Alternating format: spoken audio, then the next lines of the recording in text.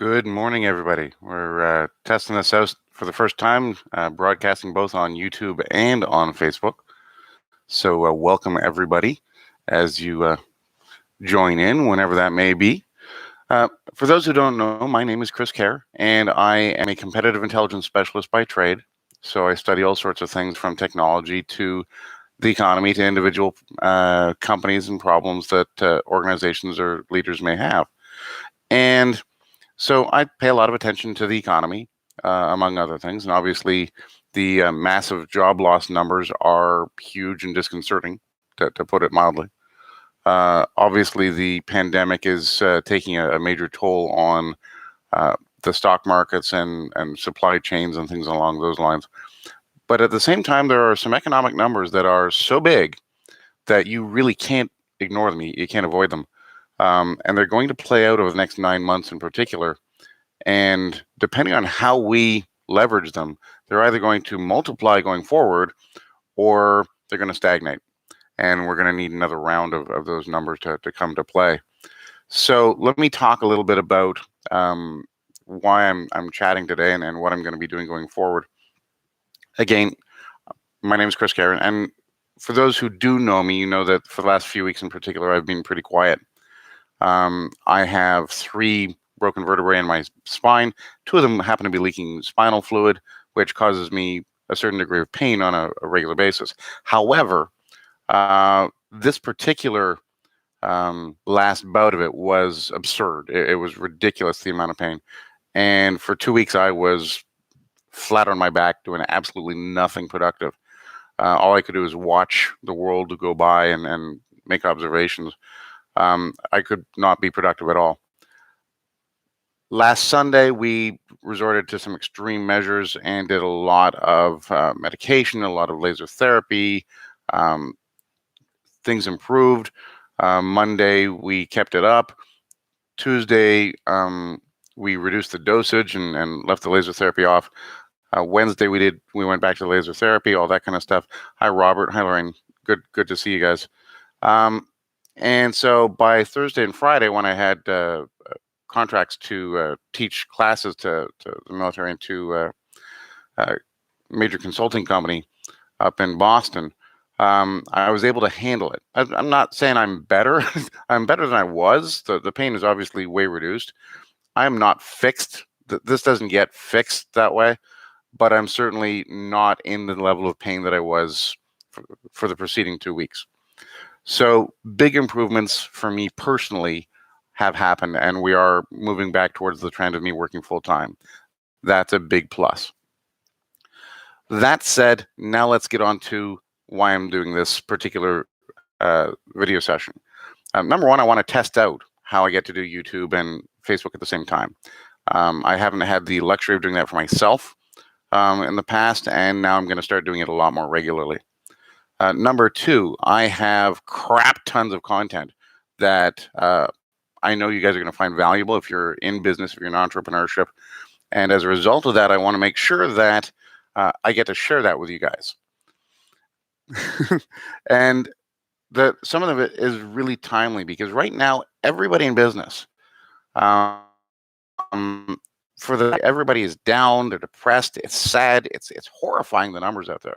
I mean, we have 24, 26 million job loss claims over the last month or so. That's a tidal wave of negativity, and lots of people are hurting financially. I get it. It's one of the primary causes why people are trying to push so hard to get back to the office, to get back to work. And personally, I think that's a horrifying idea because the virus is mutating so rapidly. I don't know when we're going to be safe to be back to work in the sense of being in a communal office or in a communal retail space. But that doesn't mean you can't be back to work. And I want to bring the hope of being back to work in a big, big, big way, in a big scale, because that's what's coming down the pipe. Congress has released into the economy through the Fed and through other stimulus packages what amounts to $5 trillion worth of reinvestment into the economy. $5 trillion on the U.S. side is a big number all on its own. But you do know that it is being more or less matched by Europe. Europe's popped in already $3 trillion into the global economy. Asia's put in another $4 to $8 trillion into the economy. That's an awful lot of money being spent, whether it's in big business or small. Obviously, I'm horrified that it's going to big business as opposed to small. But there are also some other numbers that you need to understand that have changed over that period of time. Over the last few decades. And so our perceptions of where the money ought to go have changed as well, or rather the needs have. The perception hasn't, but the needs have. So if you followed me for any length of time, one of the things you know is that I've studied entrepreneurship in the US and globally at a really deep level. And I can tell you point blank that the loss of entrepreneurship as the primary family income has been near extinction levels. 1954, it was 54.7% of the U.S. economy was small business. That was generating the family income. Today, it's less than 3%, at 2.47% by the last number that I saw. That is absolutely extinction level dynamics over that kind of 70-year window. And it hasn't noticeably improved. By that same time, it went from 80% of jobs were created by small business. Now that's down to less than half of employment comes from small business. As of 2013, the number of jobs in the private sector that were in big business went up to 53.1%, leaving the rest of it to small business. It used to be 80-20, 80% small business, 20% big business. So given that there is a marginal, and I say that with bile in my mouth, value to big business getting a big chunk of cash to support the jobs because the individuals are not in a position to have the income from their small businesses the same way that they were 70 years ago. It just doesn't exist in that scale anymore.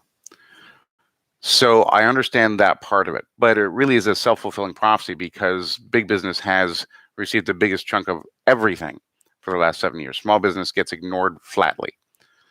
The idea that we were going to see anything different from the Small Business Administration with the first round of economic stimulus than we got was absolutely not tenable. We have known forever that the Small Business Administration only accepts 2% or less of all the loan applications that go into it. Those rules and restrictions and whatnot have never changed. They did not change with the first round of stimulus. They haven't changed in the second round of stimulus, not to any appreciable degree. So we're not going to see the smallest of businesses getting their fair share of the money because that's not how that works. Small Business Administration is a misnomer. You have to be this big to ride this ride, right?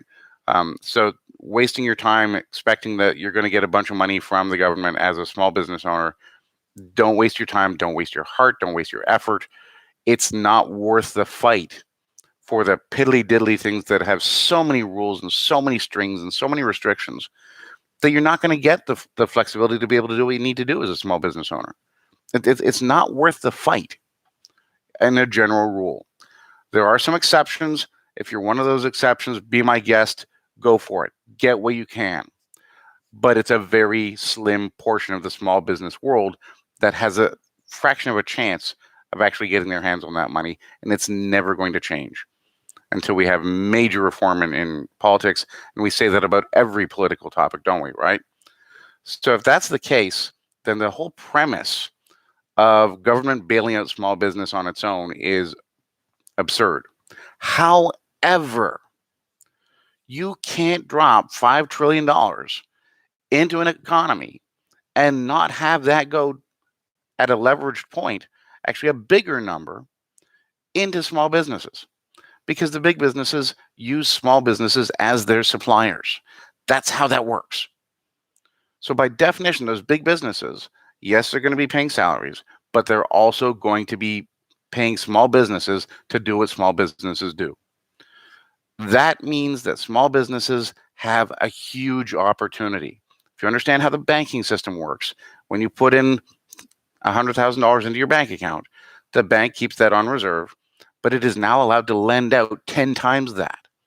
So when big businesses do the same thing, guess what happens? That $5 trillion becomes $50 trillion worth of financial stimulus.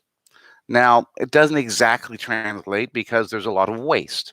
A lot of these organizations are about as useful as a sneeze in a spacesuit. They screw it up. So if you average it out, say it's between $25 and $35 trillion worth of net impact on the economy over the next 9 months, you can tell that somewhere in there, there's money to be had by small business. Is that a fair agreement? Is that something fair that we can all agree on? I sure hope so. So assuming that's the case, and you're doing the whole sheltering in place and the 6 feet apart and all the things you need to do to keep disease from spreading and killing off your employees and your friends and your family and all that good stuff, then small business now has a huge opportunity, an opportunity that you only get once, in this case, every 100 years. It's not every year that you're going to get this kind of an opportunity. That means you need to be ready for it. And ready is going to be sooner rather than later. That is a unique situation because normally in small business world, we don't have that kind of an opportunity. In small business world, you have to gradually build your business. This is a different circumstance. In this circumstance, your business is going to explode positively or negatively. It's either going to explode or implode, and you have to be ready for it. Small businesses have been very bad at scaling historically. They don't scale very quickly because it's all based on in part the ego, but also the skill set and the abilities of the original founders, right? If you leave corporate America, or you leave the employment of somebody else, typically it's because you believe you can do it better and you have your own way of doing things. And that may be absolutely valid and true, but will that particular approach scale? Will it grow? And can you delegate to other people? In this case, can you delegate to people who are not in the same room with you? Hopefully not even in the same building with you. That changes the dynamics of productivity dramatically. You're seeing lots of companies and leadership saying, oh, Zoom works fine. We're getting great collaboration via Skype and whatnot.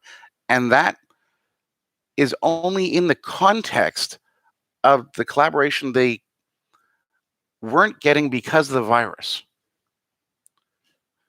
This changes everything because we have unending amounts of data that show us that virtual collaboration does not work the same way as in-person collaboration. It's not as powerful. It's not as valuable. It's not as productive. Doesn't mean it's non-productive. It means it's not as productive. It narrows your funnel of what you're able to accomplish, and it narrows it dramatically. It's not a little bit. It's a significant amount. When you factor in time zones and the fact that the world is now global and you're getting suppliers and partners from all over the world, not every time one of those partners has a brilliant idea that could improve everything dramatically for the organization, are they now able to share it with anybody else in that organization, are they? Right? This is something that means you're going to have collaborative efforts that fall through the cracks that don't move everything forward. So without having a structure in place, systems in place that can help you scale, that can help you accommodate for these productivity gaps that are going to manifest just by nature of how we're going to have to do things going forward, your business can't scale effectively and it will crash. It'll hit a wall where it can't do any better than it can. All right? You're going to need new technologies. You're going to need a huge learning curve. Huge learning curve. It also means that you can delegate some of that learning curve to the people that are working with you. You don't have to learn everything yourself right away. Over time you do, but not right away. Likewise, the people that are on your team don't have to learn everything right away. They have to learn a portion of it right away. It's still a big chunk. None of this is going to come in small, delicate little bite-sized pieces. It's not like you're getting the Valentine's Day candy box and you get to have one little candy and you put the rest away. This is all about having, stuff your face and keep shoving, because that's how this is going to work. It's going to be the fire hose. And a lot of people are not ready for the fire hose because, again, the last 70 years, we have not focused on entrepreneurship. It's not a skill set that we have done a whole lot of work on in the last 70 years, nationally or internationally. This is just not how that works. We have been coddled. We have been mollified. We have been contained. And the people who are about to thrive are the people who cannot be contained anymore. If you're ready to be one of those people who cannot be contained, you're ready to take that stress and shove it at something, instead of simply bottling it up, like so many of us are kind of forced to do these days, then your world and the rest of the world can change, because you're going to then need to hire people. You're going to need to train people. You're going to need to pay people. And the money's going to flow, because when you've got $25 to $35 trillion worth of money being lobbed into a single 9-month window, by definition, there is going to be money for business. It's going to happen because the need is going to be there.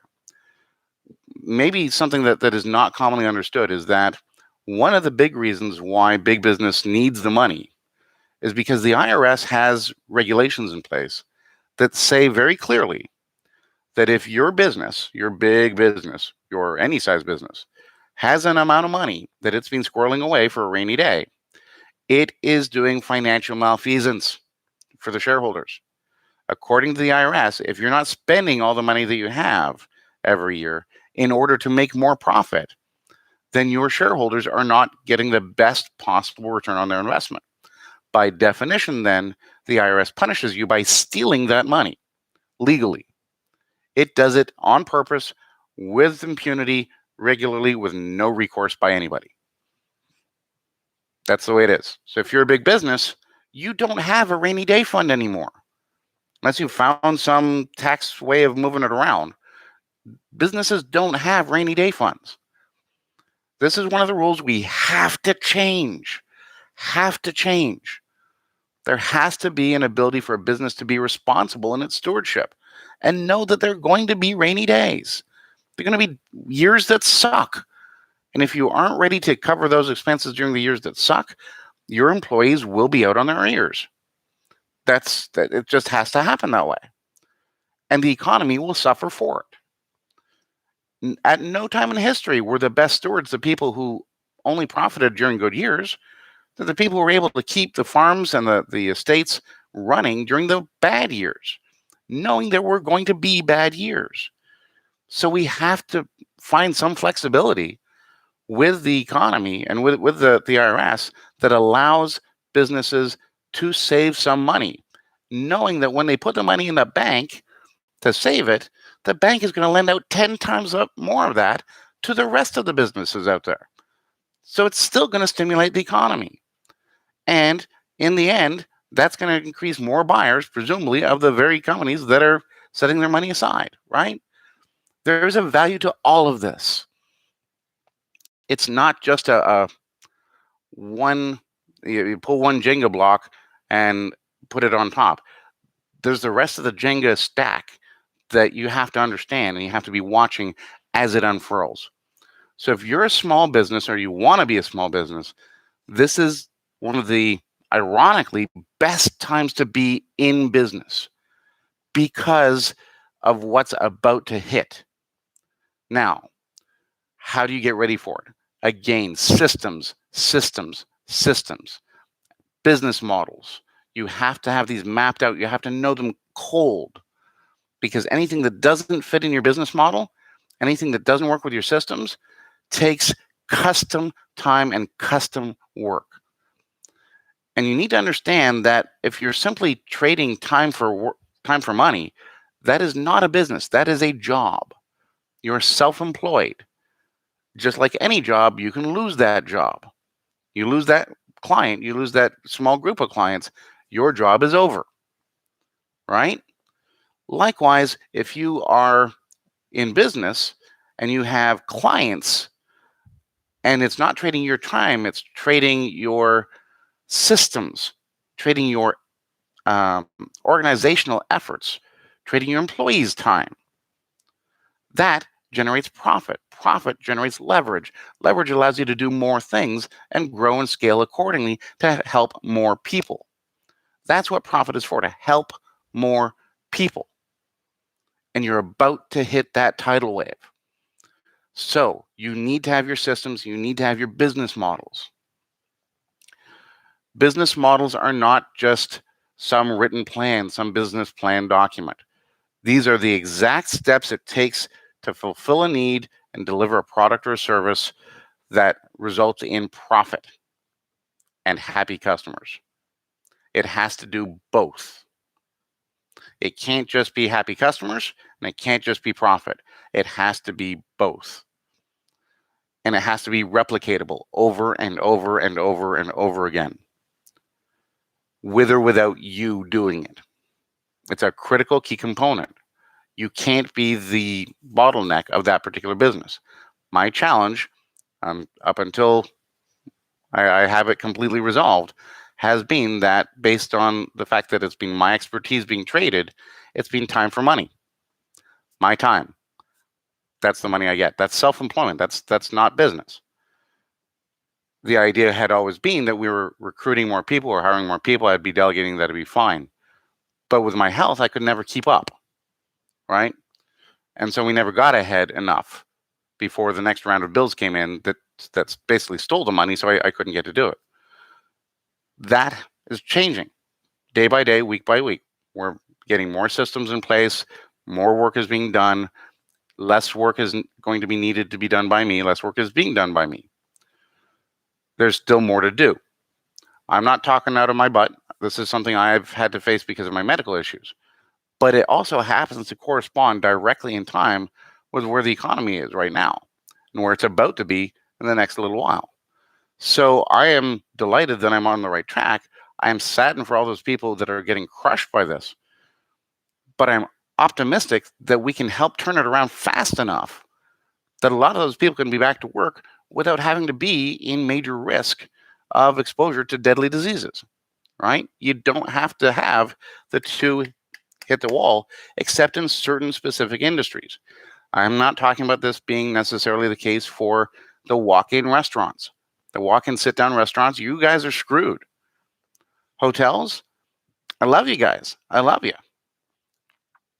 How do we know that there's any way of guaranteeing that the previous customer's COVID-19 mutation is going to be killed when I go to put my head down on that pillow on the next night? We do know that there's a lot of other viruses that are sticking to the sheets. All those wonderful blue light special videos kind of explain all that. So how are we sure that that's going to change? That the world's going to be a different spot. And I love my hotels. I love my resorts. I've worked well with you guys for decades, and I want only the best for you guys. But we have to accept the fact that the world is changing, and how people do this stuff is going to be very different than it has been in the past years, especially when the second wave hits later this fall and it gets conjuncted with the flu season at its peak. That's going to be a very different world and a very scary one for a lot of people. So the sooner we're ready as small business owners in America and the world to handle and scale and hire and rebuild the economy on an entrepreneurial small business wave, the sooner the rest of this becomes a fantastic story of recovery and growth and overcoming challenges. We all have it in us. And I am looking so forward to helping all the small businesses I can achieve that growth. Anyway, that's the news I wanted to share. Again, back to me personally for a minute. Again, I'm not back at my peak. I'm not back at my best. I am improving. I'm working this weekend as best I can. I will be working again most of next week. But I'm not pushing it. I'm not going to kind of stretch my resources any further than I have to. because I do not want to go back to the way I was the previous 2 weeks.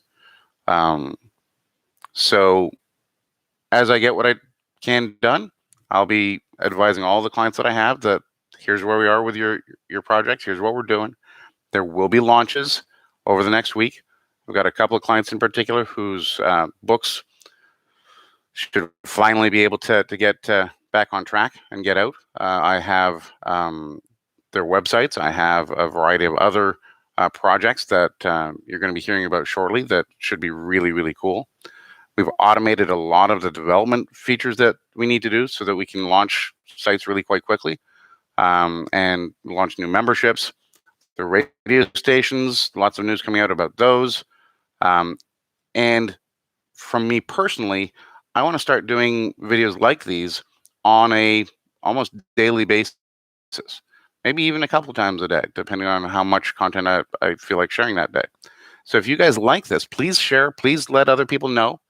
And we will be talking about our news and I got a list. I keep notebooks out the window, and I have notebooks of content to share with you guys. So I'm really looking forward to it. And if that's the kind of stuff you want to watch, that's the stuff you want to hear, please like, subscribe, let me know, and ask other questions. Maybe there's a question you've got that'll trigger something that I can share with the rest of our audience. So thanks again for listening. Thanks for watching. And we'll talk again real soon. Cheers for now.